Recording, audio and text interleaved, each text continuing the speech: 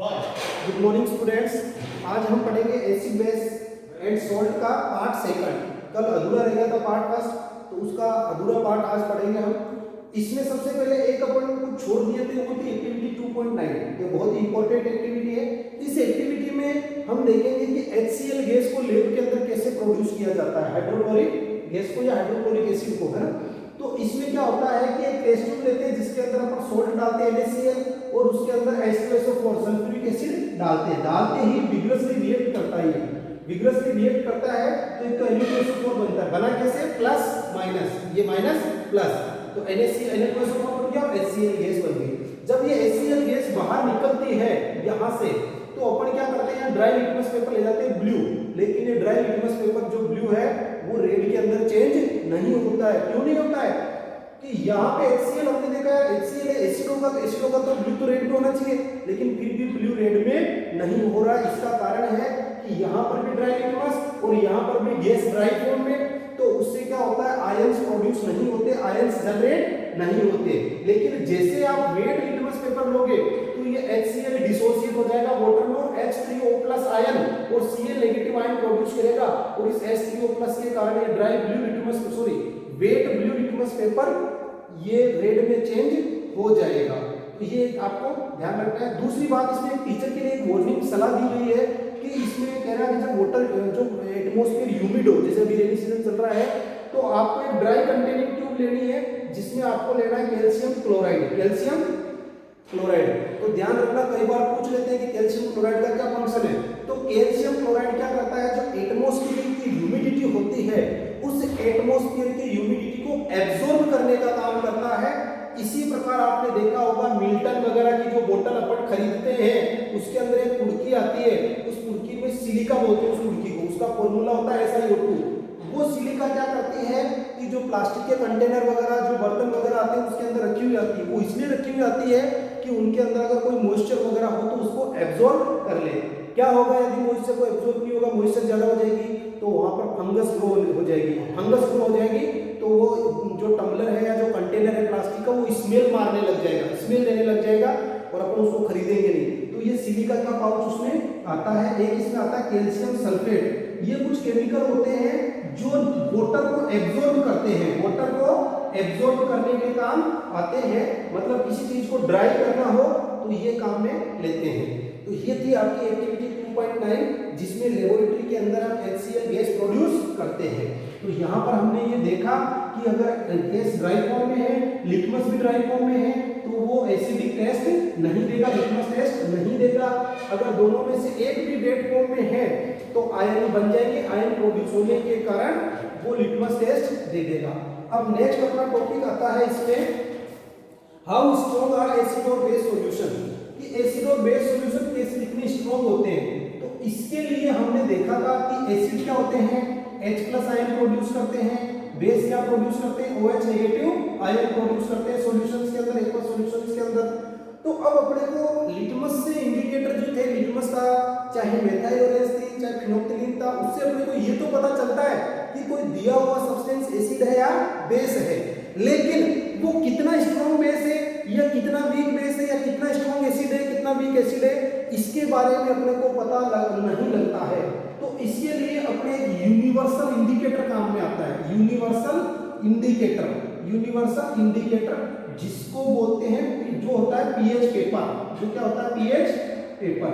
Universal indicator की अगर आप डेफिनेशन दोगे तो क्या डेफिनेशन दोगे, the indicator which not only also tells us whether the given substance is acid or base but also the strength of acid or base। उस acid और base की अपने को स्ट्रेंथ भी प्रोवाइड करवाता है, उसको बोलते हैं अपन universal indicator. It is a mixture of several indicators, ये कई इंडिकेटर्स का मिक्सचर होता है। मतलब ब्लू लिटमस, रेड के बेस लीव्स और जो पिटूनिया, जीरेनियम, हाइड्रेंजिया, इनके जो पैटर्न्स पड़े थे फ्लावर्स के, इन सब का मिक्सचर होता है यूनिवर्सल इंडिकेटर, बोले तो pH पेपर से। तो आप इसकी डेफिनेशन क्या दोगे, universal indicator is a mixture of several indicator which not only tells us the whether given substance is acid base और salt but also the strength of acid base और salt. इसमें क्या होता है, पेपर होता है उस पेपर को, जैसे मान लो ये पेपर है, इस पेपर को एक सॉल्यूशन है, जैसे मान लो एसिडिक सॉल्यूशन है, इसके अंदर डिप किया तो इस पेपर का एक स्पेशल कलर आता है, इस पेपर का एक स्पेशल कलर बन जाएगा, मतलब ये पेपर है इसका एक स्पेशल कलर बन जाएगा, स्पेशल कलर बन जाएगा तो अपने पास ऐसा पीएच पेपर आता है, स्केल, पीएच स्केल जिसको बोलते हैं। इस पीएच स्केल में क्या होता है कि यहाँ पर जो ये है, यहाँ पर ये ऑरेंज रेड कलर का होता है, ऑरेंज रेडिश कलर का होता है, यहाँ पर वॉयलेट कलर का होता है, यहाँ पर ग्रीन कलर का होता है। तो इसके अकॉर्डिंग अपन देख लेते हैं, ऑरेंज रेड है, इट मींस ये स्ट्रॉन्ग एसिड है, धीरे धीरे ग्रीन की तरफ बढ़ रहा है, वीक एसिड है, फिर थोड़ा सा डार्क ग्रीन होता जा रहा है, ये स्ट्रॉन्ग वीक बेस है, और वॉयलेट कलर एकदम हो गया तो स्ट्रॉन्ग बेस है। तो ऐसा यूनिवर्सल इंडिकेटर मिक्सचर है कई इंडिकेटर्स का अपने एक एक्टिविटी आएगी तब उसमें आगे अपन देखेंगे। एक आता आपके पीएच स्केल, आपको प्रेयर में पीएच के बारे में बताया था, pH means power of hydrogen, और एक साइंटिस्ट थे जिनका नाम था सोरेनसन, उन्होंने पीएच स्केल के बारे में सबसे पहले बताया था। यहाँ पे पी स्मॉल आता है, एच कैपिटल होता है, पी जर्मन एक वर्ड है पोटेंज, और पोटेंज का अर्थ क्या होता है? पावर ऑफ हाइड्रोजन, ठीक है। तो इसमें क्या होता है, ये पीएच स्केल 0 to 14 होती है, 0 to 14, इसका बॉर्डर होता है ये 7, 0 वाला होता है वेरी एसिडिक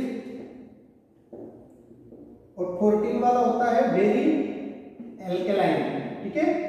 और यहाँ होता है आपका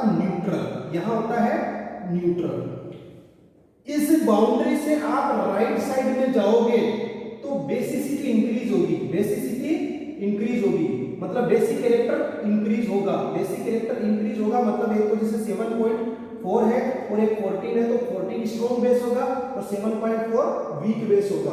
इससे आप लेफ्ट साइड में जाओगे LHS, इधर RHS में जाओगे तो बेसिसिटी इंक्रीज होगी, LHS में जाओगे तो एसिडिटी इंक्रीज होगी। क्या होगी? एसिडिक कैरेक्टर इंक्रीज होगा। अब एसिडिक कैरेक्टर इंक्रीज कब होता है? जब हाइड्रोनियम आयन कंसंट्रेशन बढ़ती है। हाइड्रोनियम आयन कंसंट्रेशन जितनी ज्यादा होगी उतना ज्यादा एसिडिक कैरेक्टर होगा और उतनी ही कम पीएच होगी। और अगर अपन इधर बात करें, OH आयन की कंसंट्रेशन जितनी ज्यादा होगी उतना ही वो स्ट्रॉन्ग बेस होगा और उतनी ही उसकी पीएच ज्यादा होगी। तो यहाँ पे आपकी बुक में देखना, आप ऐसे बता रखा है, ऐसा बता रखा है ऐसे। तो ये आपका H+ आयन या H3O+ आयन का है और ये नीचे वाला है OH नेगेटिव आयन का। इट मींस इस जगह पर आपकी H+ आयन ग्रेटेस्ट है। H+ आयन क्या है? ग्रेटेस्ट है। और OH नेगेटिव आयन क्या है? लीस्ट है, सबसे कम है। यहां पर चलते हैं तो OH नेगेटिव आयन की जो कंसंट्रेशन है वो क्या है? ग्रेटेस्ट है, सबसे बड़ी है। और H+ आयन की लीस्ट है ना, H+ आयन की लीस्ट है, ठीक है। नीचे वाला OH को शो करता है, OH नेगेटिव को, ऊपर वाला H3O+ को शो करता है। इस pH स्केल को देख के हम कह सकते हैं कि pH is inversely proportional to H3O+ ion या H+ आयन। जितने ज्यादा H+ आयन होंगे pH उतनी ही कम होगी। अब यहाँ देखो H+ आयन सबसे ग्रेटेस्ट है तो pH क्या आ गई? 0 आ गई। या दूसरा इसका संबंध ये बता सकते हैं, pH is inversely proportional to acidic character. जितना ज्यादा एसिडिक कैरेक्टर होगा pH उतनी ही कम होगी। आपको पता है ना, जैसे इसमें ये बढ़ाते हैं तो ये क्या हो जाता है? इनवर्सली प्रोपोर्शनल में कम हो जाता है।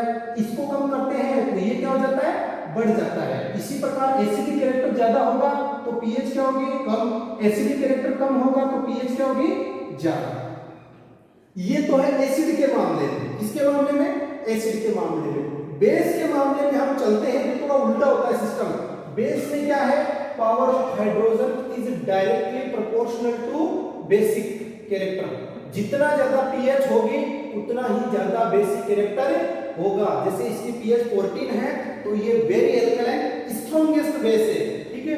जितनी pH का मतलब basic character pH equals to directly hydroxyl ion, इसको हाइड्रोक्सिल या हाइड्रोक्साइड आयन कंसंट्रेशन बोलते हैं। जितनी ज्यादा हाइड्रोक्साइड आयन कंसंट्रेशन होगी उतनी ही ज्यादा pH होगी। तो इसमें तो डायरेक्टली प्रोपोर्शनल, मतलब ये बढ़ेगा तो ये भी बढ़ेगा, ये बढ़ेगा तो ये भी बढ़ेगा, ये घटेगा तो ये भी घटेगा, ठीक है। ये आपका है pH स्केल। सोरेनसन ने इसके बारे में बताया था। फिर आपके जो pH पेपर आता है इसमें आपकी एक्टिविटी 2.11 है।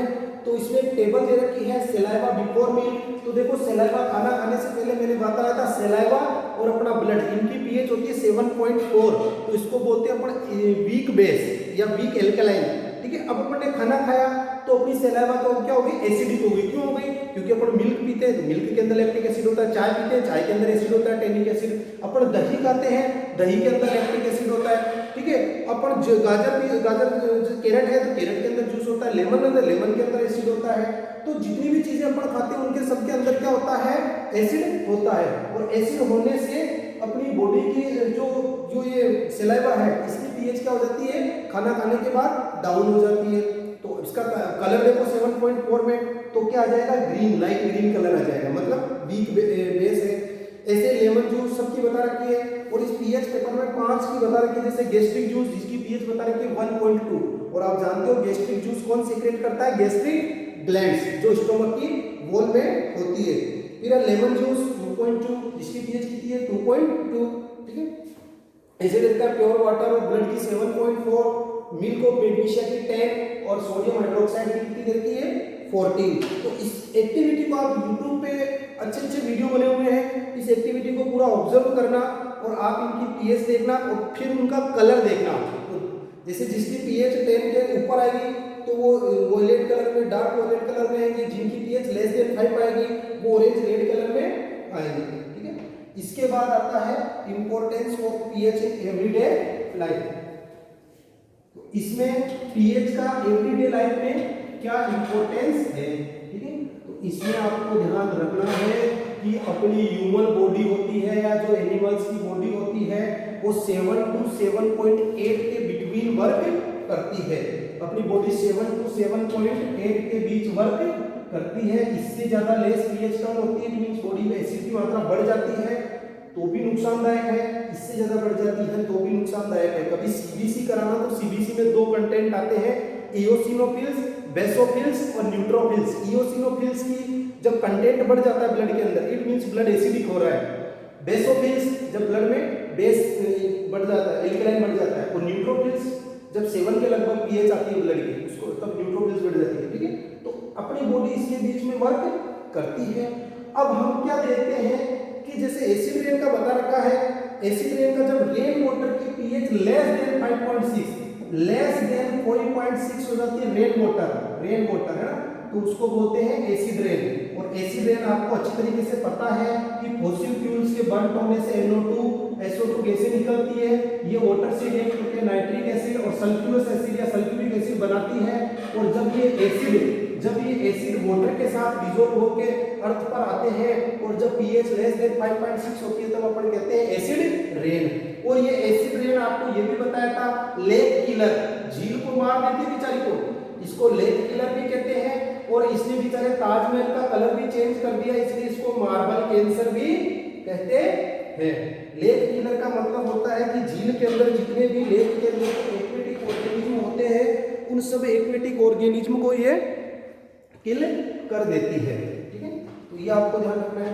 सेकंड आता है जैसे प्लैनेट्स में एसिड के बारे में बता रखा है, तो वीनस का जो प्लैनेट है उसका जो एटमॉस्फेयर है तो उसके एटमॉस्फेयर में सल्फ्यूरिक एसिड के क्लाउड्स है, ध्यान रखना। तो उसकी नेचर कैसी होगी, एसिडिक नेचर होगी, सल्फ्यूरिक एसिड के क्लाउड्स है वीनस प्लैनेट में।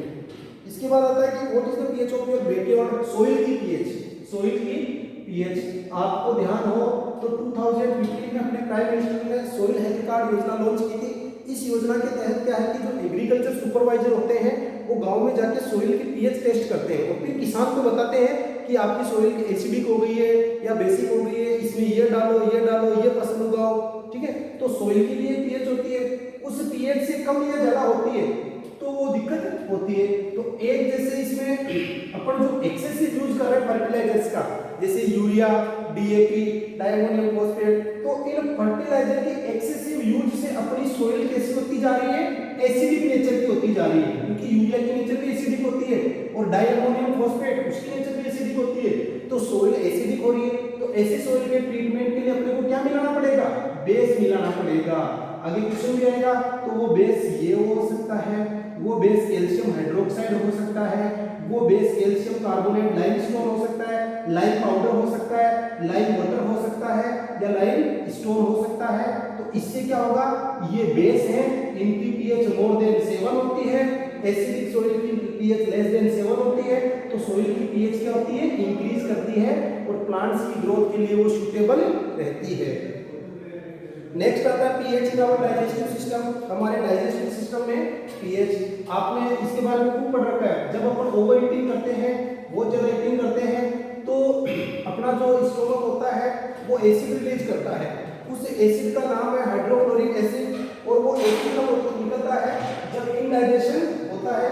इनडाइजेशन या है ना, इनडाइजेशन के कारण क्या होता है कि HCl की मात्रा बहुत ज़्यादा बढ़ जाती है, जिससे हमें खट्टी डकार आती है, ठीक है, और पेन होता है, इरिटेशन होता है। तो उस पेन और इरिटेशन के कारण क्या होता है, अपने एसिड के शिकार हो जाते हैं, तो डॉक्टर अपने को सजेस्ट करता है एंटासिड। क्या सजेस्ट करता है, एंटासिड। देखो इसका हिंदी में संधि विच्छेद करोगे तो एंटी का मतलब होता है खिलाफ और एसिड का मतलब अगेंस्ट। एसिड के खिलाफ, एसिड के अगेंस्ट कौन होते हैं, बेस। तो अपने को डॉक्टर सजेस्ट करता है, उसका नाम है milk of magnesia, milk of magnesia. और दूसरा आपको अच्छी तरीके से पता है बेकिंग सोडा। बेकिंग सोडा जो अपने घर पे इनो का कंटेंट होता है NaHCO3, NaHCO3, ठीक है। तो ये बेस क्या करेंगे, माइल्ड बेस, ध्यान रखना, माइल्ड बेस या इनको अपन बोलते हैं एडिबल बेस। एडिबल का मतलब इनको अपन खा सकते हैं, जैसे चूना है, चूने को हम नहीं खा सकते, कुछ चूना हल्का कंटेंट में खाते हैं तो जल्दा खाने वाले हैं, ठीक है। तो ये माइल्ड बेस है, इनको अपन खाते हैं तो ये एसिड को क्या करते हैं, न्यूट्रलाइज कर देते हैं। अब देखो कैसे न्यूट्रलाइज करते हैं, अपने स्टोमक में क्या छोड़ा, HCl, स्टोमक में छोड़ा गैस्ट्रिक ग्लैंड से, ये बेस है, तो बेस क्या करेगा, इसको न्यूट्रल करेगा, तो क्या बनेगा, सोल्ट बनेगा मैग्नीशियम क्लोराइड, और साथ में क्या बनेगा, वाटर। कौन सी रिएक्शन होगी, न्यूट्रलाइजेशन रिएक्शन। जब एसिड और बेस रिएक्ट करते हैं तो सोल्ट और वाटर बनता है, और इस रिएक्शन को बोलते हैं न्यूट्रलाइजेशन रिएक्शन। कहने का मतलब है कि हमारे डेली के लाइफ में ये चीजें बहुत ही इंपॉर्टेंट है। नेक्स्ट आता है pH changes causes tooth decay. अब आप जानते हो टीथ है जो हमारे फूड का फिजिकल डाइजेशन करते हैं, फिजिकल ब्रेकडाउन करते हैं फूड का। अपना जो टीथ है उसका जो दिख रहा है जो पार्ट, वो इनेमल, वो अपनी बॉडी का सबसे हार्डेस्ट पार्ट होता है, सबसे हार्डेस्ट पार्ट होता है इनेमल, और वो एक केमिकल का बना होता है जिसका नाम है कैल्शियम फॉस्फेट। कैल्शियम फॉस्फेट, ये कैल्शियम फॉस्फेट बहुत स्ट्रॉन्ग होता है, बहुत हार्डेस्ट सब्सटेंस होता है, लेकिन इसको भी क्या करते हैं, जब अपन खाना खाते हैं और खाना खा के ब्रश नहीं करते हैं, या रात को जैसे अपन जो भी खाना खाते हैं शुगर होती है, भले आप रोटी खाओ, चावल खाओ, दूध पियो, चाय पियो, तो वो शुगर्स क्या करती है, अपने दांतों के अंदर जम जाती है, टीथ के अंदर, और रात को उन शुगर्स पे बैक्टीरिया एक्ट करते हैं, और वो बैक्टीरिया शुगर को किसमें कन्वर्ट कर देंगे, एसिड के अंदर, जिससे अपने मुंह की जो पीएच है वो लेस देन 5.5 हो जाती है ना। पीएच जैसे लेस देन 5.5 हुई तो अपने टीथ का जो ये इनेमल होता है ये डिग्रेड हो जाता है, ग्रेजुअल डिग्रेडिंग और सॉफ्टनिंग, धीरे धीरे डिग्रेड हो जाता है, सॉफ्ट हो जाता है, और अपनी जो ये होती है क्या, प्रीमोलर और एंड मोलर्स, उनमें केविटी का निर्माण हो जाता है, केविटी बन जाती है। उस केविटी से दांतों में सेंसिटिविटी हो जाती है। क्या हो जाती है, उस केविटी से सेंसिटिविटी हो जाती है, और अपन को पेन होता है ना, झंझनाहट होती है। तो डॉक्टर कहता है कि आपके टूथपेस्ट में नमक है, नमक का मतलब सोडियम कंटेंट। उस सोडियम कंटेंट से क्या होता है, उस सोडियम कंटेंट से क्या होता है कि अपने मुंह की पीएच बढ़ती है, 5.5 से ऊपर बढ़ के 7 के लगभग जाती है ना। तो क्या आपके टूथपेस्ट में नमक, कोलगेट का रहता है, क्या आपके टूथपेस्ट में नमक है, तो वहां पर जो अपने को लेना चाहिए बेस, जैसे Na2CO3 या NaCO3, ये अपने टूथपेस्ट के अंदर कंटेंट होते हैं जो अपने मुंह के पीएच को इंक्रीज करते हैं, और इंक्रीज करने से क्या होता है कि अपने टीथ का डिग्रेडेशन नहीं होता है। ये ध्यान आपको रखना है। तो इसमें लिख रखा है using toothpaste which are generally basic for cleaning the teeth. तो जिन मतलब बेसिक नेचर के होने चाहिए, ठीक है। तो एसिड को बेसिस न्यूट्रलाइज कर देगा, और पीएच 7 के लगभग हो जाएगी। नेक्स्ट आता है self defence bye animal and plant through chemical warfare. Chemical warfare में प्लांट्स और एनिमल्स के द्वारा सेल्फ डिफेंस। तो ध्यान रखना, एंट स्टिंग, हनी बी स्टिंग, और एक आ जाएगा आपके नेटल स्टिंग। ये नेटल प्लांट है, जो नेटल स्टिंग जो जंगल में पाया जाता है, वाइल्ड प्लांट है, वाइल्ड प्लांट, वाइल्ड का मतलब जंगल में। ये तीनों जिस एसिड को इंजेक्ट करते हैं उस एसिड का देखो घर का नाम है या जनरल नेम है फॉर्मिक एसिड, ठीक है, जनरल नेम। कैसा नेम है? General name. इसका आईयूपीएसी एक संस्था 9th क्लास में आपको बताया था, वो नाम है मेथेनोइक एसिड। कौन सा एसिड? Methanoic acid. और इसका फॉर्मूला है HCOOH, ठीक है। ये general name formic acid, IUPAC नाम मेथेनोइक एसिड, HCOOH। तो ये जैसे फॉर्मिक एसिड अपनी स्किन में जाता है तो अपनी स्किन में पेन और इरिटेशन करता है। तो इस पेन और इरिटेशन को दूर करने के लिए हम किसी बेस को यूज लेते हैं। 7th क्लास में उस बेस का नाम पढ़ा था कैलेमाइन, और अपने 10th में दे रखा आपके बेकिंग सोडा NaHCO3 ले सकते हो आप, या आप कैल्शियम ऑक्साइड ले सकते हो, या आप CaOH का होल्ड वाइज ले सकते हो, या आप आपकी चौक CaCO3 ये भी लगा सकते हो, जिससे आपको क्या मिलेगी? रिलीफ। कारण पूछ ले क्यों मिलेगी? तो इसलिए मिलेगी कि ये बेस क्या करते हैं? एसिड को न्यूट्रलाइज कर देते हैं। ये बेस एसिड को न्यूट्रलाइज कर देते हैं, जिससे अपने को क्या मिलती है? रिलीफ मिलती है, ठीक है। ये मेथेनोइक एसिड का बता रखा है, बर्निंग पेन वगैरह, नेटल। अब इस नेटल प्लांट की स्टोरी देखो। ये जंगल में वाइल्ड एक प्लांट है। इस नेटल प्लांट के आसपास ही एक प्लांट है जिसका नाम है डॉग प्लांट। और वो कैसा प्लांट है? वो बेसिक नेचर का है। किस नेचर का है? बेसिक। तो देखो जंगल में मंगल, जंगल में मंगल मतलब जंगल के अंदर ही आपको इसका उपचार भी मिल जाएगा। नेटल प्लांट की स्टिंग आपकी चुभ गई, मेथेनोइक एसिड छोड़ दिया, या आपके बेस छोड़ेगा, वो बेस एसिड को क्या कर देगा? न्यूट्रलाइज कर देगा, ठीक है। फिर आपके नेचुरल एक्रिंग ये बता रखी है एसिड्स, जैसे विनेगर के अंदर एसिटिक एसिड, ऑरेंज के अंदर सिट्रिक एसिड, लेमन के अंदर सिट्रिक एसिड, मिल्क और कर्ड के अंदर लैक्टिक एसिड, टोमेटो के अंदर ऑक्सैलिक एसिड, और इसमें टेमेरिन के अंदर टार्ट्रिक एसिड, है ना। तो ये सारे एसिड्स आप लर्न कर लेना। टेबल दे रखी है, एक स्टिंग, नेटल स्टिंग, सारे बता रखे हैं। क्वेश्चंस आपको देखो, 2 सॉल्यूशन है, एक ए और एक बी है। एक की ए वाले की पीएच है 6, बी वाले की पीएच है 8। तो ये पूछ रहा है किसमें हाइड्रोजन कंसंट्रेशन ज्यादा होगी। तो मैंने क्या बताया था कि pH is inversely proportional to hydronium ion concentration. तो 6 वाले का पीएच है तो इसमें हाइड्रोनियम आयन, जैसे पीएच कम है तो इसकी हाइड्रोनियम कंसंट्रेशन क्या होगी? ज्यादा होगी। तो 6 वाले की ज्यादा होगी। तो एसिडिक कौन है? 6 ए वाला। बेसिक कौन है? बी वाला।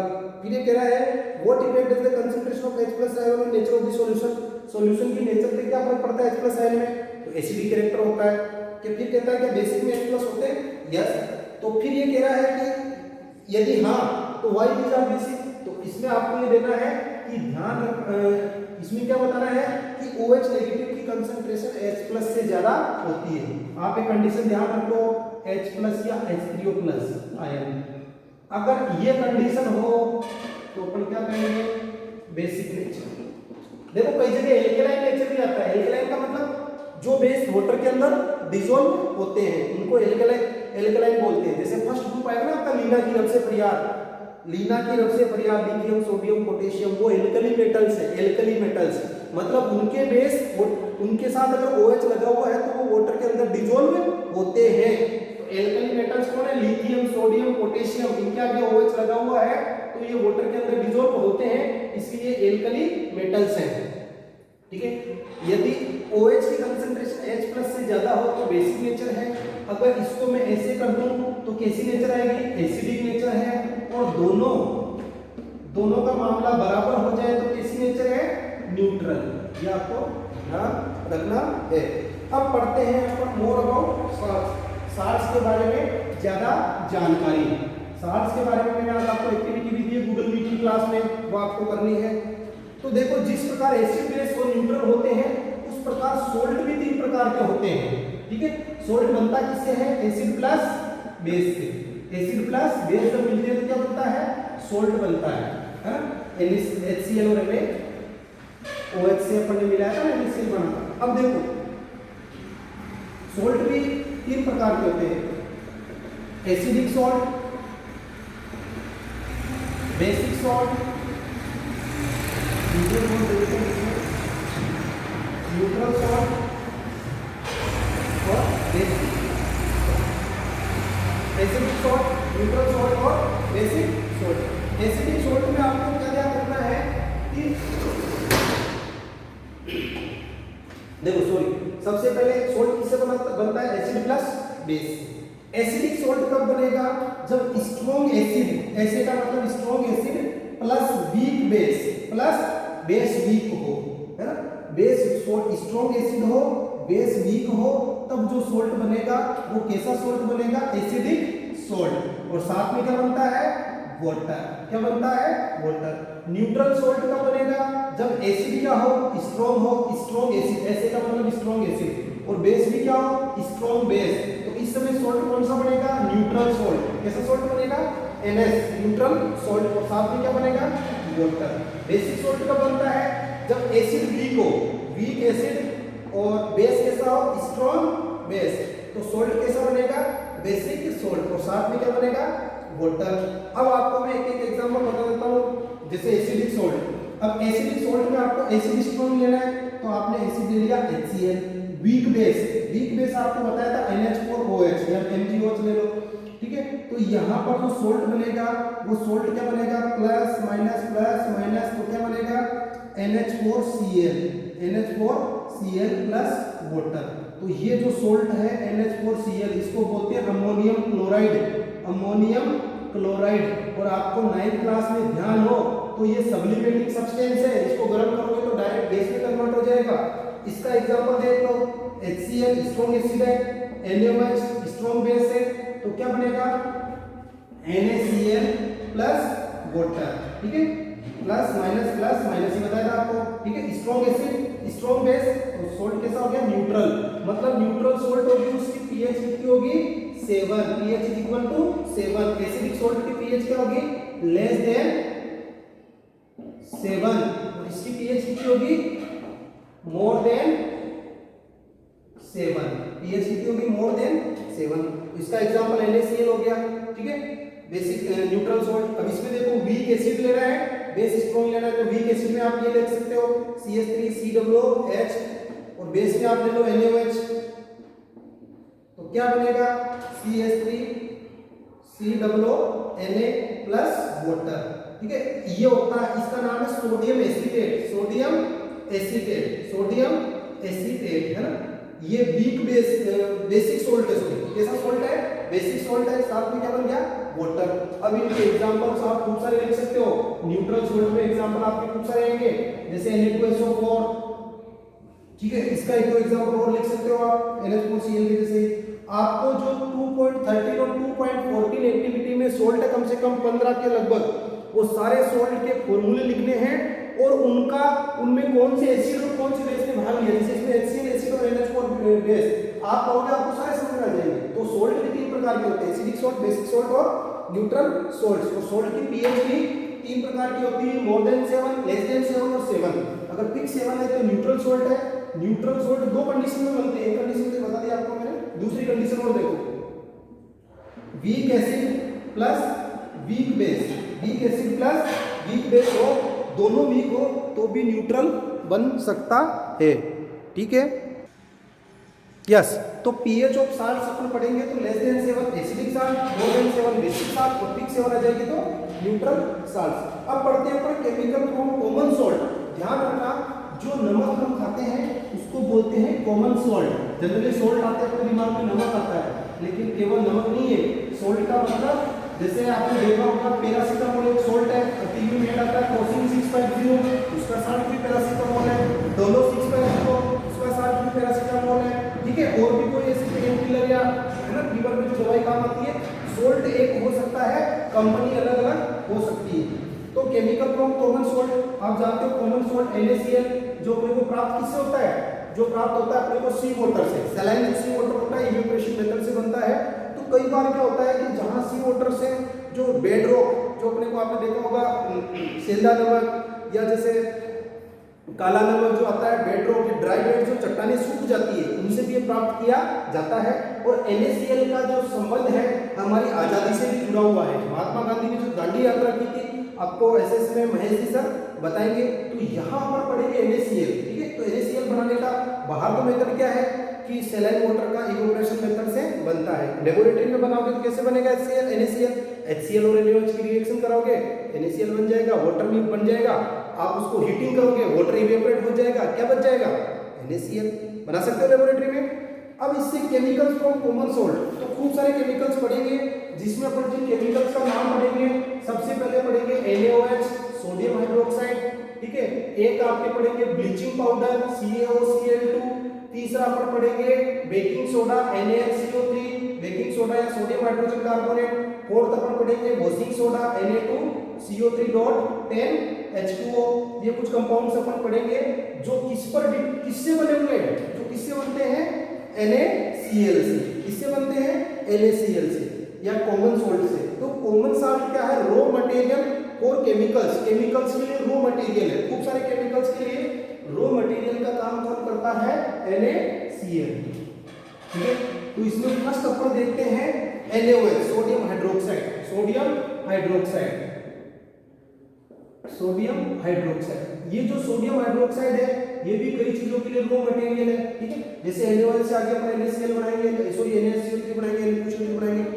इसको कैसे बनाया जाता है, तो इसको बनाने के लिए अपन क्या लेते हैं, NaCl का एक्वस सॉल्यूशन, जिसको अपन बोलते हैं ब्राइन सॉल्यूशन। क्या बोलते हैं, ब्राइन सॉल्यूशन। NaCl का को वाटर के अंदर डिसॉल्व करते हैं, इसको बोलते हैं ब्राइन सॉल्यूशन, जो एक्वस सॉल्यूशन होता है, ठीक है। तो इस ब्राइन सॉल्यूशन के अंदर अपन पास करते हैं इलेक्ट्रिसिटी। क्या पास करते हैं, इलेक्ट्रिसिटी। तो इलेक्ट्रिसिटी पास करते हैं तो Na+Cl- H+OH- में टूटता है और एक कंपाउंड बनता है जिसका नाम है सोडियम हाइड्रोक्साइड। एक गैस बनती है जिसका नाम है क्लोरीन गैस, और साथ में बनती है हाइड्रोजन गैस, ठीक है। चूंकि इस प्रोसेस में ये क्लोरीन गैस बनती है और ये एल्कली बनता है, एल्कली। तो इस प्रोसेस का जो दूसरा नाम है वो नाम है क्लोर एल्कली प्रोसेस भी बोलते हैं। क्लोर का मतलब क्लोरीन और एल्कली का मतलब NaOH। क्लोर का मतलब क्लोरीन और एल्कली का मतलब NaOH, ठीक है। तो इस प्रोसेस को क्लोर एल्कली प्रोसेस बोलते हैं। अब इस प्रोसेस में क्या होता है, अपन एक कंटेनर लेते हैं, ठीक है। एक कंटेनर के अंदर दो इलेक्ट्रोड लगाते हैं, एक इलेक्ट्रोड को पॉजिटिव टर्मिनल से जोड़ते हैं, दूसरे को बैटरी के नेगेटिव टर्मिनल से जोड़ते हैं। यहाँ अपन ले लेते हैं NaOH और NaCl और वाटर की रिएक्ट कराते हैं, तो NaCl Na+Cl में टूटता है और जो वाटर है वो H+ और OH- में टूटता है। अब ध्यान रखना, ये प्लस है तो Cl नेगेटिव किधर जाएगा, इधर की तरफ, और इधर माइनस है, इधर माइनस है तो H+ किधर जाएगा, इधर की तरफ, ठीक है। Na+ भी किधर की तरफ जाएगा, इधर की तरफ। अपोजिट उसके चार्ज इधर जाते नहीं जाते, तो Cl इधर प्लस की तरफ जाएगा और Na+ और H+ इधर की तरफ जाएंगे, तो Cl एनोड पर निकलेगी। जो क्लोरीन गैस है ये कहाँ निकलेगी, एनोड पर। क्लोरीन गैस क्यों, क्लोरीन पर माइनस चार्ज है, माइनस प्लस वाले के पास जाएगा, प्लस वाला माइनस वाले के पास जाएगा। इधर कैथोड है, माइनस वाले इलेक्ट्रॉन को अपन कैथोड बोलते हैं। तो इधर की तरफ कौन सी गैस निकलेगी, देखो कौन जा रहा है, हाइड्रोजन गैस निकलेगी इधर की तरफ। कौन सी गैस निकलेगी, हाइड्रोजन गैस निकलेगी। और इसके साइड में इधर बढ़ेगा इस Na का प्लस और इसका OH का माइनस, तो Na का प्लस और OH का माइनस, इधर क्या बढ़ेगा, NaOH। इस प्रोसेस में अपने को NaOH बनता है जिसको एल्कली बोलते हैं, क्लोरीन को क्लोर बोलते हैं, इसलिए इस प्रोसेस का नाम दिया गया क्लोर एल्कली प्रोसेस। एक हाइड्रोजन गैस बनती है। अब इसमें तीनों का यूज दे रखा है।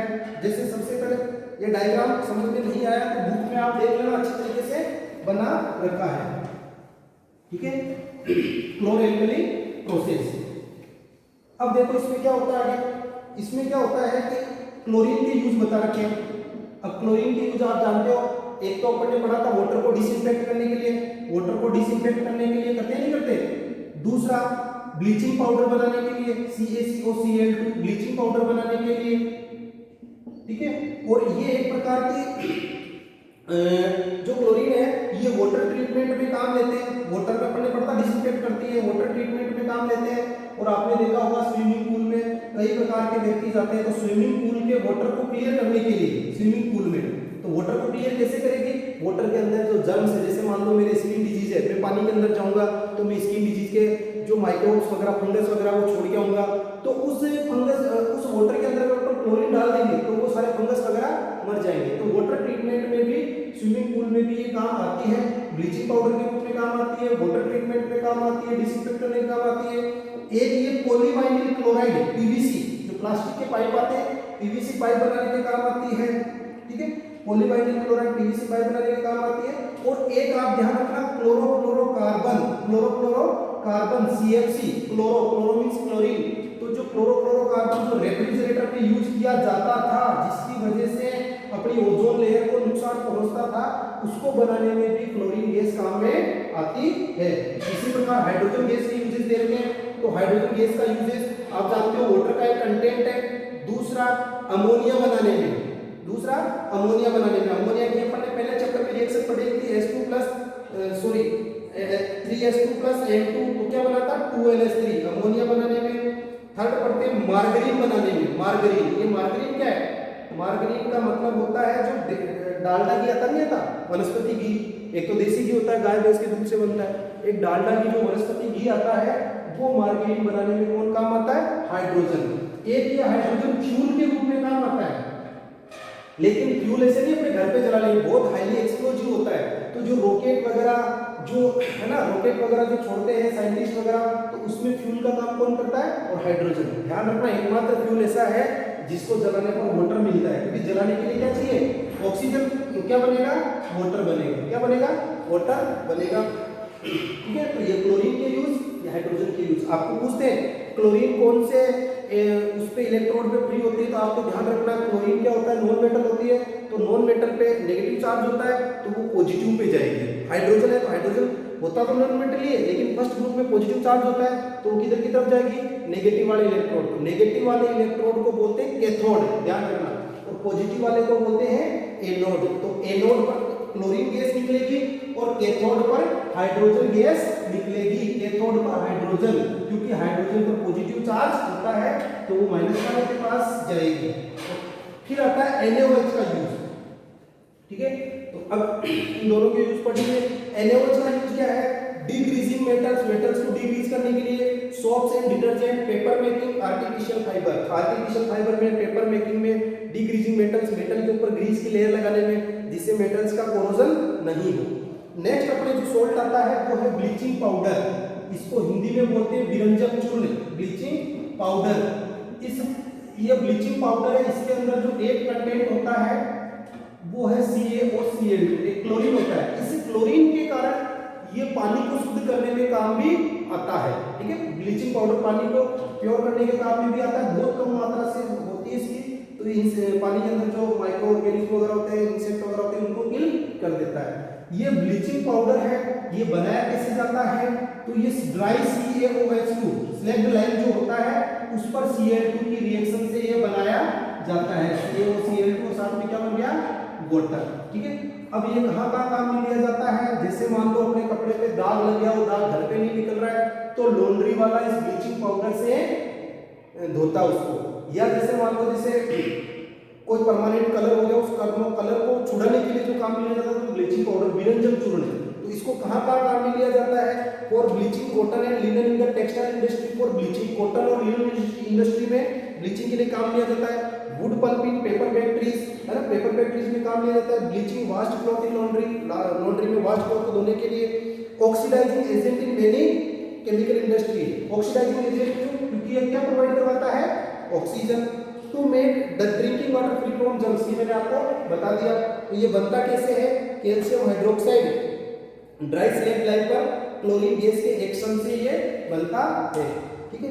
नेक्स्ट आपका आता है बेकिंग सोडा।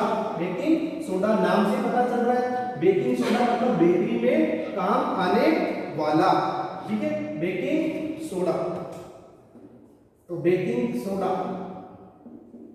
सोडा को बेकरी में काम आता है। इसका फॉर्मूला होता है NaHCO3, इसको बोलते हैं सोडियम हाइड्रोजन कार्बोनेट या सोडियम बाइकार्बोनेट भी इसको बोलते हैं। ये कैसे बनता है? तो 3 कंपाउंड आते हैं इसमें, NH4 आते हैं, NaCl, NH3, CO2 और वाटर। आपको ध्यान रखना है, नमक, NH3, CO2 और वाटर। तो बनता क्या है? एक तो बनता है अमोनियम क्लोराइड और साथ में बनता है NaHCO3, ठीक है। ये है आपका बेकिंग सोडा। बेकिंग सोडा तो इसमें सोल्ट आ गया, NH3 आ गया, CO2 वाटर आ गया, ये आपका अमोनियम क्लोराइड जिसको सब्लिमेटिंग सब्सटेंस बोलते हैं, और ये आपका बेकिंग सोडा। अब ये बेकिंग सोडा बेकिंग में कैसे काम आता है, तो इस बेकिंग सोडा के अंदर कोई एडिबल एसिड मिलाते हैं, और उस एडिबल एसिड का नाम जैसे बुक में बता रखा है टार्ट्रिक एसिड। क्या बता रखा है? Tartaric acid. और देखो एसिड होगा तो उस एसिड का क्या आएगा? H+। एसिड का क्या आएगा? H+। तो जब जैसे मान लो, ठीक है, तो जब ये बेकिंग सोडा, ये आपका हो गया बेकिंग सोडा, ठीक है, और ये हो गया टार्ट्रिक एसिड। इन दोनों के मिक्सचर को हम बोलते हैं बेकिंग पाउडर। बेकिंग सोडा का मतलब NaHCO3, बेकिंग पाउडर का मतलब NaHCO3 प्लस एडिबल एसिड, कोई भी जैसे टार्ट्रिक एसिड है या सिट्रिक एसिड है तो इनका मिक्सचर। तो बेकिंग पाउडर किसको कहते हैं? बेकिंग सोडा और टार्ट्रिक एसिड के मिक्सचर को। ये 2019 के एग्जाम में पूछा गया है। अब क्या होता है, जब इन दोनों को हीट करते हैं, बेकिंग सोडा और एडिबल एसिड टार्ट्रिक एसिड का जो मिक्सचर होता है बेकिंग पाउडर, इसको हीट करते हैं तो एक तो बनती है CO2 गैस, एक बनता है वाटर, है ना, और एक बनता है सोल्ट बनता है, ठीक है। वो सोल्ट कौन सा बनता है? अब यहाँ ध्यान रखना, इंपॉर्टेंट है अपना CO2 से, इंपॉर्टेंस है अपना CO2 का। यहाँ सोडियम सोल्ट बन जाता है, क्योंकि यही होता है सोडियम सोल्ट होता है। अब यहाँ CO2 क्या करती है कि जैसे मान लो इसको अपन ने ब्रेड के अंदर डाला, टोस्ट के अंदर डाला या पकौड़ी के अंदर डाला, तो पकौड़ी को, ब्रेड को, टोस्ट को CO2 बनेगी तो CO2 गैस क्या निकलेगी? बाहर निकलेगी। तो उसको स्पॉन्जी बनाती है, उनको क्रिस्पी बनाती है, पकौड़ों को क्रिस्पी। बाकायदा पूछा था कि पकौड़े को क्रिस्पी बनाने के लिए अपन क्या डालेंगे? बेकिंग पाउडर डालेंगे। बेकिंग पाउडर किसका मिक्सचर होता है? बेकिंग सोडा का और टार्ट्रिक एसिड का। वो आपको कहते हैं कि बेकिंग पाउडर डालने से क्रिस्पी क्यों बनते हैं, स्पॉन्जी क्यों बनते हैं, तो आपको बताना है कि बेकिंग पाउडर को जब हीट करते हैं तो गैस प्रोड्यूस होती है, उस गैस का नाम है CO2। कार्बन डाइऑक्साइड के कारण वो स्पॉन्जी और क्रिस्पी बनते हैं। तो ये बेकिंग सोडा आपके दे रखा है। इस बेकिंग सोडा का देखो खूब सारे यूज दे रखे हैं। और बेकिंग पाउडर की चीजें mixer of baking soda and tartaric acid है ना। सेकंड बता रखा है sodium hydrogen carbonate is also used ingredient in antacid. Antacid में भी इनो का जो कंटेंट होता है वो भी आपका बेकिंग सोडा होता है। इनो का जो कंटेंट पहला यूज तो बेकिंग पाउडर बनाने में, ठीक है, इसके अंदर जब एडिबल एसिड मिलाते हैं। दूसरा ये एक एंटासिड है मिल्क ऑफ मैग्नीशिया के जैसे। और थर्ड इसका यूज है, अगर अपन ने 8th क्लास में पढ़ा हो तो जो फायर एक्सटिंग्विशर्स होते हैं, आग बुझाने वाले उपकरण होते हैं जो अपने स्कूल में रेड कलर के लगे हुए हैं, उसके अंदर ये NaCO3 भरा हुआ होता है। NaCO3 भरा हुआ होता है। जैसे ही ऑक्सीजन से रिएक्ट करता है CO2 गैस प्रोड्यूस करता है। बाहर जैसे आता है तो कौन सी गैस प्रोड्यूस करता है? CO2। और CO2 आप जानते हो, CO2 के 2 टेस्ट बताए थे कल। बर्निंग कैंडल को एक्सटिंग्विश कर देता है और लाइम वाटर को मिल्की कर देता है। तो CO2 प्रोड्यूस करने के कारण ये आग बुझाने वाले उपकरणों में भी काम आता है, ठीक है। तो कहने का मतलब है कि जब बेकिंग सोडा हो उसके साथ टार्ट्रिक एसिड मिला हुआ हो तो उसको बेकिंग पाउडर कहेंगे। बेकिंग सोडा को जब अपन हीट करते हैं, अकेले बेकिंग सोडा को, ध्यान रखना, बेकिंग पाउडर को हीट करेंगे तब तो CO2 बनेगी और वो स्पॉन्जी, और सोडियम सोल्ट बनेगा, वाटर बनेगा और वो स्पॉन्जी और क्रिस्पी हो जाएंगे पकौड़ा। जब अपन बेकिंग सोडा को अकेले को हीट करेंगे, ठीक है, इसको हीट करेंगे तो अपने पास बढ़ेगा Na2CO3 जो एक वॉशिंग सोडा का कंपोनेंट है ना। वॉशिंग सोडा बनेगा। यहाँ 2 कर देंगे तो Na2CO3, तो ये आपका बन जाएगा CO2 और वाटर। ये वॉशिंग सोडा का फॉर्मूला है Na2CO3 H2O और CO2। अब नेक्स्ट आता है अपने वॉशिंग सोडा। ध्यान रखना, वॉशिंग सोडा का जो फॉर्मूला है Na2CO3 डॉट 10H2O। 10H2O को बोलते हैं डेकाहाइड्रेट। आगे पढ़ेंगे ये इसका हाइड्रेट, इसका मतलब होता है क्रिस्टलाइजेशन वाटर, है ना, वाटर ऑफ क्रिस्टलाइजेशन। अब देखो ये Na2CO3 अपने पास बन गया। अब इस Na2CO3 को 10H2O से ऐड किया, मतलब वाटर के मॉलिक्यूल इसमें मिक्स किए, तो अपने पास क्या बन गया? Na2CO3 डॉट डेकाहाइड्रेट, डेकाहाइड्रेट ये होता है एग्जैक्ट वॉशिंग सोडा का फॉर्मूला। एग्जैक्ट वॉशिंग सोडा का फॉर्मूला मतलब इसको बनाया कैसे कि अपने बेकिंग सोडा को हीट किया तो अपने पास Na2CO3 आ गया। ये Na2CO3 क्या करेगा, ये CO2 तो चली जाएगी ऊपर और ये H2O इसके साथ जुड़ जाएगा, ये H2O इसके साथ जुड़ जाएगा और ये बन जाएगा वॉशिंग सोडा। अब वॉशिंग सोडा के भी खूब सारे यूज है, पेपर इंडस्ट्री में, ग्लास इंडस्ट्री में, और सबसे बेस्ट इसका यूज है, सबसे बेस्ट इसका यूज है softening of hard water. Hard water का है ना, सॉफ्टनिंग ऑफ हार्ड वाटर मतलब खारे पानी को मीठे पानी में बदलने के काम में लिया जाता है। दूसरा वॉशिंग क्लॉथ्स, क्लॉथ्स को वॉश करने के लिए, कपड़ों को वॉशिंग करने के लिए भी काम में लिया जाता है। इसके लिए क्या है ना, sodium carbonate is used in glass soap, paper industry, glass soap और पेपर इंडस्ट्री में काम आता है, और used in manufacture of sodium compound such as borax. Sodium के कंपाउंड होता है बोरेक्स, है ना, तो उसके बनाने में काम आता है, जो केमिकल इंडस्ट्री में काम आता है। Used eight cleaning agent for domestic purposes, cleaning domestic purpose, घर पे साफ सफाई किससे करते हैं अपन, साबुन से करते हैं। It is used to remove permanent hardness of water, water की परमानेंट हार्डनेस क्या करता है, रिमूव करता है। ये है आपका वॉशिंग सोडा। ये सारे के सारे सब किससे बने, ये सब बने कॉमन सॉल्ट से, कॉमन सॉल्ट से सारे के सारे जितने भी अपने कंपाउंड बने इनका ओरिजिन कौन था, कॉमन सॉल्ट था। ठीक है, ध्यान रखना। NaOH कैसे बना था, जब NaCl की वाटर से रिएक्ट करा के इलेक्ट्रोलाइसिस करवाया तो क्लोरोएल्कली प्रोसेस से क्लोरीन गैस बनी, NaOH बनी। फिर आपको पूछ रहे NaCO3 कैसे बना बेकिंग सोडा, तो वो NaCl H2O CO2 और NH3 से बना। फिर आपको पूछ रहे Na2CO3 कैसे बना, तो NaCO3 को हीट किया तब बना। एक आपको पूछ रहे ब्लीचिंग पाउडर कैसे बना, CaOH तो स्लैग लाइन पर, ड्राई स्लैग लाइन पर Cl2 गैस पास की तो बने। ये कुछ आपके साल्ट थे। अब नेक्स्ट टॉपिक आता है, are the crystals of salts are really dry, are the crystals of salts are really dry. क्या साल्ट के क्रिस्टल्स रियली ड्राई होते हैं, नहीं, ड्राई नहीं होते। सॉरी, जो are the crystals of salts really dry, वो ड्राई आपको जैसे जिनके साथ जो क्रिस्टल्स जो है वाटर के मॉलिक्यूल जुड़े होते हैं, इसका मतलब ये नहीं कि वो गीले होते हैं, तो क्या वो रियली ड्राई होते हैं, यस। सॉरी मैं पहले नो गलत बोल गया था, वो ड्राई होते हैं लेकिन वो अपने को दिखाई क्यों नहीं देते, तो उसमें ऐसे आएगा कि जो वाटर ऑफ क्रिस्टलाइजेशन होता है वो केमिकली बॉन्ड होता है, केमिकली जुड़ा हुआ होता है, बॉन्डिंग रहती है उससे सोल्ट के फॉर्मूले से। ठीक है, तो इसमें अपन पढ़ेंगे जैसे इसमें सबसे पहले अपन एक्टिविटी देख लेते हैं। उस एक्टिविटी को ध्यान से देखो, जैसे इसको बोलते हैं अपन CuSO4.5H2O, इसको बोलते हैं अपन ब्लू विट्रियोल। इसका कलर कैसा होता है, ब्लू होता है। इसको एक टेस्ट ट्यूब में लिया और इसको क्या किया, हीट किया अपन ने, एक टेस्ट ट्यूब में लिया और इसको हीट किया तो हम क्या देखते हैं, CuSO4 और प्लस 5H2O वाटर मॉलिक्यूल बाहर निकल गए और ये किस कलर का हो गया, व्हाइट कलर का। ध्यान रखना, CuSO4 पेंटाहाइड्रेट, 5 को पेंटाहाइड्रेट बोलते हैं, 10 को डेकाहाइड्रेट बोलते हैं, तो ये किस कलर का हो गया, व्हाइट कलर का हो गया। ठीक है, अब इसमें वापस अपने जैसे टेस्ट ट्यूब ली, इसमें CuSO4.5H2O लिया था, इसको हीट किया, तो ये चला गया, वापस थोड़ा सा पानी डाला तो वापस ये व्हाइट कलर किसमें आ गया, ब्लू कलर में आ गया। वापस व्हाइट कलर किसमें अपीयर हो गया, ब्लू कलर में हो गया। ठीक है, तो कॉपर सल्फेट क्रिस्टल्स वापस ब्लू कलर में चेंज हो जाते हैं। तो इसमें अपन पढ़ते हैं वाटर ऑफ क्रिस्टलाइजेशन। तो water of crystallisation is the fixed number of water molecules present in one formula unit of a salt.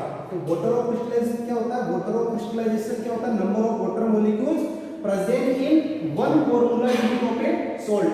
Salt की वन फॉर्मूला यूनिट, सॉल्ट की एक यूनिट होती है, एक यूनिट मतलब सॉल्ट का मॉलिक्यूल एक होता है और उसके साथ जो वाटर के मॉलिक्यूल्स जुड़े हुए होते हैं इनको बोलते हैं अपन वाटर ऑफ क्रिस्टलाइजेशन, और वो केमिकली बॉन्डेड होते हैं, इसलिए वो जो क्रिस्टल्स होते हैं अपने को वेट नहीं लगते और ड्राई ही लगते हैं।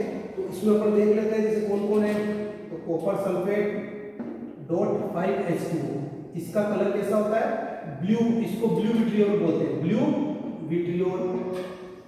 एक होता है FeSO4.7H2O, इसको मोहर साल्ट बोलते हैं, ध्यान रखना, मोहर साल्ट। तो ग्रीन विट्रियोल भी बोलते हैं, इसका कलर ग्रीन होता है, कैसा कलर होता है, ग्रीन, इसका कलर कैसा होता है, ब्लू। ठीक है, और किसके साथ होता है, एक अपन ने पढ़ लिया ये Na2CO3.10H2 व्हाइट ग्रीन। कई बार देखना आप सब पाउडर होता है उसमें ग्रीन ग्रीन पार्टिकल्स होते हैं, है ना। Na2CO3.10H2 ये आपका वॉशिंग सोडा का फॉर्मूला है, ठीक है। CaSO4 आपके सिलेबस में जो सारे बता देता हूं मैं, CaSO4.2H2 मतलब एक मॉलिक्यूल CaSO4 का और दो वाटर के मॉलिक्यूल है, तो ये किसका फॉर्मूला है, जिप्सम का। जब CaSO4 के साथ केवल आधा मॉलिक्यूल हो, क्या वाटर का आधा मॉलिक्यूल प्रेजेंट हो सकता है क्या, नहीं, ऐसा पॉसिबल नहीं है। तो इसको अपन ऐसे भी लिख सकते हैं, इसको ऐसे भी लिख सकते हैं कि CaSO4 2H2O, मतलब यहाँ पर CaSO4 के मॉलिक्यूल डबल है और वाटर कितना है, एक है। इसको 2 को जैसे इधर मल्टीप्लाई में था, इधर से हटा के डिवाइड भी कर दिया, ठीक है। तो इसका नाम है POP। क्या नाम है, POP। ध्यान रखना, इसको बोलते हैं calcium sulphate hemihydrate, calcium sulphate hemihydrate. और इसको बोलते हैं कैल्शियम सल्फेट, क्या बोलेंगे, डाइहाइड्रेट। क्या बोलेंगे, डाइहाइड्रेट, ठीक है। और ये हो गया डेकाहाइड्रेट।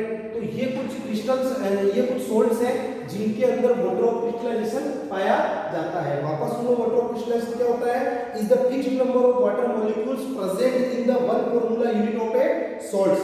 तो इसमें बता रखा है CuSO4.5H2O, इसका कलर कैसा होता है, ब्लू होता है। इसको हीट करते हैं तो व्हाइट कलर में चेंज हो जाता है। इसका भी आप सबको पता होगा, FeSO4.7H2O को अपन ने फर्स्ट चैप्टर में हीट किया था, तो इसका जो ग्रीन कलर है, पहले ग्रीन कलर व्हाइट में चेंज हुआ FeSO4 बनने के कारण। क्यों कि 7 वाटर मॉलिक्यूल्स निकल गए। इसको और ज्यादा हीट किया अपन ने, ओवर हीटिंग किया था, तो क्या बना था, Fe2O3 plus SO2 plus SO3, ये ब्राउन कलर का बना था, ठीक है, हीट करने से। इसको भी जैसे अपन ज्यादा हीट करेंगे ना, तो पहले तो 5H2 निकलेगा, तो ये ब्लू कलर व्हाइट में चेंज हो जाएगा। और ज्यादा हीट करेंगे तो फिर ये भी टूटेगा और CuO ऐसे बनेगा, CuO plus SO2 plus SO3। ये ध्यान रखना है, ओवर हीटिंग पे होगा ये अपने भी इतना नहीं है, इतना आपको ध्यान रखना है, ठीक है। तो इसमें आपको ये पता चल गया वाटर ऑफ क्रिस्टलाइजेशन कि वो number of water molecules present in the one formula unit of a salt. One formula unit of salt के साथ जो फिक्स्ड नंबर के वाटर मॉलिक्यूल्स होते हैं उसको वाटर ऑफ क्रिस्टलाइजेशन कहते हैं। ये 5 इनका ध्यान रखना, इसके अंदर कितने होते हैं, ठीक है। नेक्स्ट आता है अपना plaster of Paris. Plaster of Paris जिसको बोलते हैं POP, प्लास्टर ऑफ पेरिस, ठीक है। इसको शॉर्ट में क्या बोलते हैं, POP, है ना। फ्रांस की राजधानी पेरिस, क्या है, फ्रांस की राजधानी, वहां इसकी डिस्कवरी हुई, इसको प्लास्टर ऑफ पेरिस कहते हैं। ये आपको ध्यान है क्या बनाने के काम आता है, टॉयज, स्टैचूज, है ना, फ्रैक्चर्ड बोन को सही करने के लिए, है ना, वापस बैठाने के लिए। इसका फॉर्मूला होता है CaSO4.12H2O। हाफ को बोलते हैं हेमीहाइड्रेट, हेमी का मतलब आधा, ठीक है। अब ये बना कैसे, तो ये बना जिप्सम से। ये किससे बना, जिप्सम से। जिप्सम का फॉर्मूला होता है CaSO4.2H2O। इसको बोलते हैं जिप्सम। क्या बोलते हैं, जिप्सम या कैल्शियम सल्फेट डाइहाइड्रेट। ध्यान रखना, ये अपने चित्तौड़गढ़ में जिप्सम का उत्पादन होता है। और इस जिप्सम लाइमस्टोन जो इंडस्ट्री होती है, जो सीमेंट इंडस्ट्री होती है, उसमें जिप्सम भी एक मेन कंटेंट है। जो व्हाइट सीमेंट होती है उसमें जिप्सम भी एक मेन कंटेंट है, एक कैल्शियम ऑक्साइड मेन कंटेंट है। ये ध्यान रखना, जब इसको 373 केल्विन बोले तो 100 डिग्री सेल्सियस पर हीट करते हैं तो क्या होता है, CaSO4.12H2O। और इसको मैंने बोला था, इसको ऐसे भी लिख सकते हैं, CaSO4 का होल ट्वाइस H2O बनता है और साथ में वाटर के 1.5 मॉलिक्यूल बाहर निकल जाते हैं। इसको बोलते हैं calcium sulphate hemihydrate, calcium sulphate hemihydrate, ठीक है। और जिप्सम बोलते हैं, क्या बोलते हैं, जिप्सम। तो इसको हीट करने पर ये जिप्सम बनता है, मतलब सॉरी, जिप्सम को हीट करने पर POP बनता है। क्या बनता है, POP बनता है। अब क्या होता है, जैसे किसी की हड्डी टूट गई या किसी को टॉयज बनाने हैं, तो अपन टॉयज बनाने तो उसके अंदर वाटर मिक्स करते हैं। जैसे अपन ने कैल्शियम सल्फेट .12H2O है, इसके अंदर वाटर मिक्स किया ठीक है। इसके अंदर वाटर मिक्स किया तो ये बन जाता है आपका जिप्सम, और जो कैसा होता है, जो सीमेंट की जैसे एकदम कड़क होता है और ये सेट हो जाता है, टाइट हो जाता है, ठीक है। वाटर मिक्स करते हैं जो पीओपी है वो जिप्सम में कन्वर्ट हो जाता है और बहुत ही स्ट्रॉन्ग बन जाता है, ठीक है। यह आपके चैप्टर कंप्लीट है। इसमें इंटरनल क्वेश्चन देख लो, what is the common name of compound CaOCl2? Bleaching powder. क्या नाम है? Bleaching powder. और इसका केमिकल नाम है calcium oxychloride, calcium oxychloride. Name the substance which on treatment with chlorine is bleaching powder. उस सब्सटेंस का नाम बताओ जिसको क्लोरीन से रिएक्ट कराने पर ब्लीचिंग पाउडर बनता है। तो उस सब्सटेंस का नाम है dry slaked lime, dry slaked lime, CaOH का होल्ड वाइज। थर्ड क्वेश्चन है name the sodium compound which is used for softening hot water. तो क्या बताया था आपको? Washing soda. क्या बताया था? Washing soda. Na2CO3.10 H2O, deca hydrate. Fourth question है what will happen if a solution of sodium hydrogen carbonate is heated? Give the question of the equation of the reaction involved. Sodium hydrocarbonate को heat करेंगे तो ये बताया था आपको NaCO3 sodium hydrocarbonate को अपन heat करेंगे तो क्या बनेगा? सोडियम बाइकार्बोनेट बनेगा। और क्या बनेगा? CO2 और वाटर बनेगा। ये 2 कर देंगे यहाँ पे, ये बन गया। तो सोडियम कार्बोनेट बन गया, CO2 बन गया और वाटर CO2 बाहर निकल जाएगी, H2O इससे जुड़ जाएगा और वॉशिंग सोडा बन जाएगा। Right an equation two show the reaction between plaster of Paris and water. तो इक्वेशन ये प्लास्टर ऑफ पेरिस वाटर की, ये बन गया आपका जिप्सम सीमेंट का जो मेन कंटेंट है। क्वेश्चन आंसर मैं आपको कल के वीडियो में बताऊंगा, आप इस वीडियो को देखिए अच्छी तरीके से। आपको अगर अच्छा लगे तो लाइक जरूर करें, शेयर करें, सब्सक्राइब करें, पढ़ते रहें, मस्त रहें। Thank you.